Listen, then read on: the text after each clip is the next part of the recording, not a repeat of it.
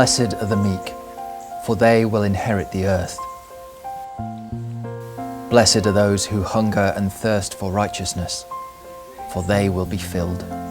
Problems with the Beatitudes is that it can appear that the Beatitudes are suggesting that as Christians we need to be slightly limp, a bit wishy-washy, without any particular substance. That whole phrase, blessed are the meek, seems to conjure up a kind of grey, ineffective kind of a person.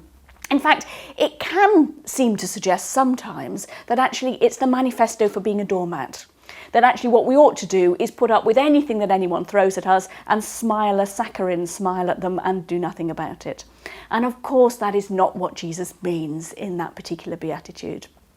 What Jesus means in being meek is about living your life with a gentle dignity, living your life in gentleness and faithfulness, and most importantly of all, not always battling for what you think your right is. Being Christian is often seen as the soft option. It's not uncommon for Christians today to be viewed as slightly mad, or possibly deluded, or as killjoys, not wanting anyone to have a good time. But if you really listen to those who have found faith in God, you'll find ordinary people with extraordinary stories. Well, for quite a long time I was an atheist. I was very sure that we had invented God rather than the other way around. There wasn't, for me, there wasn't this, Damascus moment for me. There wasn't anything like that.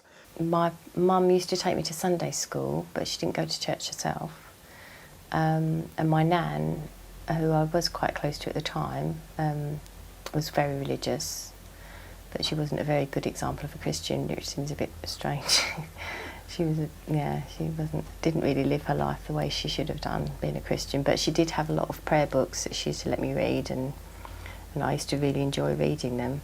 And I wanted everybody else to grow up and realise that they had to live in the modern world and recognise that there was nothing else. My faith took up from the boarding school because we had a scripture union group there.